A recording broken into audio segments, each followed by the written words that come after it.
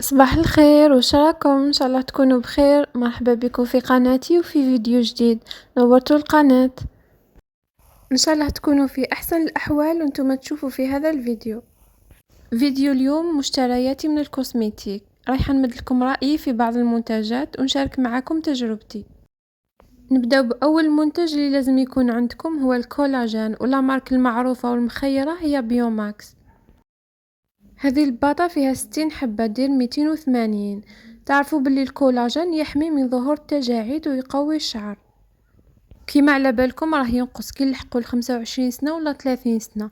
ولا حسيتي بلي المفاصل تاعك يوجعوا لازم تشربيه، والنتيجة تاعو تبدا بعد 14 يوم.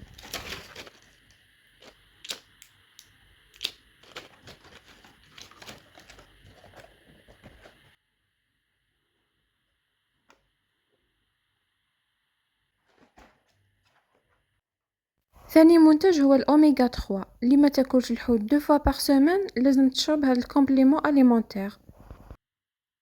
لا مارك بيوماكس. هذه لابواط فيها 30 حبة والسعر تاعها 123.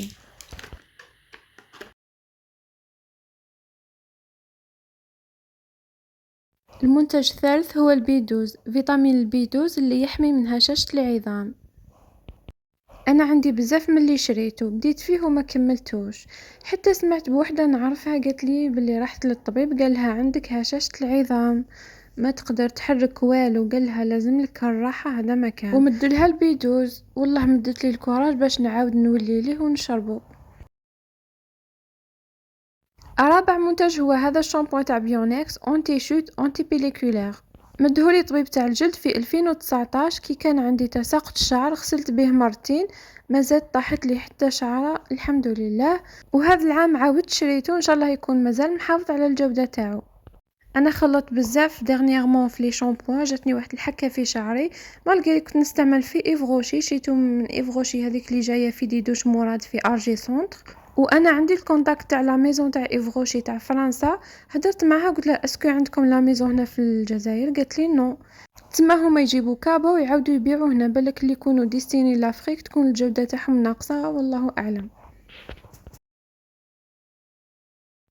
خامس منتج هو هذا لابومات تاع ميلا سكرين.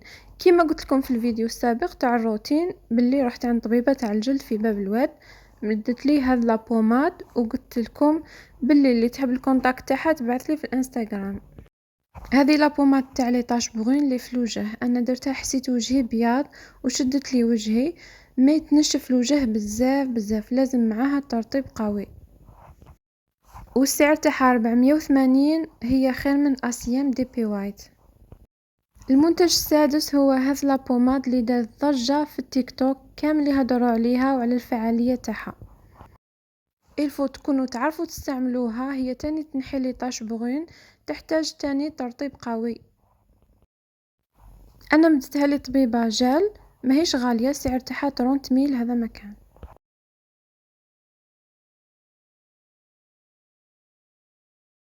وشريت تاني هذا لو جل نيتوايون والتونر تاع نيال. الجل نيتوايون اللي نغسل به وجهي، مي لو تونر ما عجبنيش.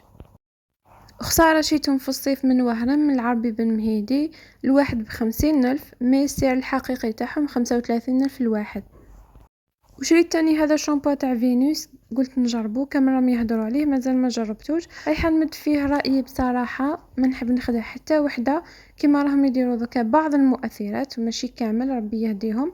تقول لك هذا مليح شري وشري، ومن بعد كي نشريو نلقاو بلي ما عنده حتى معنى. وشيت هذا الصابون تاع ابو سعد، غسلت به مره ومن بعد ودعته، قلت له لا كان زدت شفت وجهي مانيش مرة. وشيت هذا القواشة للمساج، استعملتها مرتين عجبتني بزاف، وحسيت وجهي ولا مشدود وتبدل، حتى المسيو رمارك الفرق، ننصحكم بيها.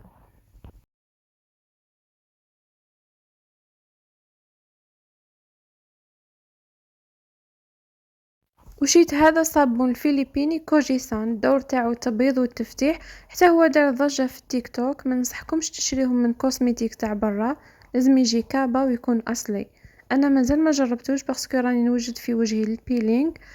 وشيتو من عند وحده مانيش متاكده باللي اصلي، سينو نمدلكم لاباج تاعها.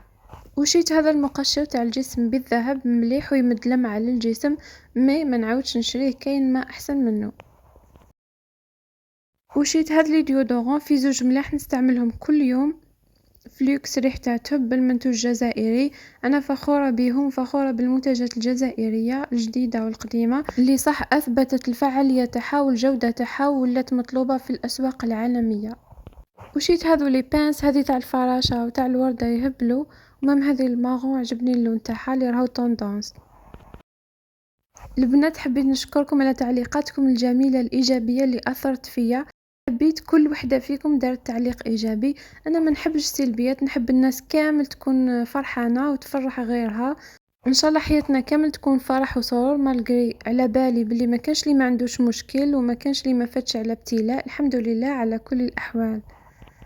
إن شاء الله يكون عجبكم الفيديو تاع اليوم اللي فيه بعض النصائح البسيطة. تعليقاتكم الإيجابية هي اللي تخليني نمد أكثر، ما تنساوش لي جام. إلى اللقاء.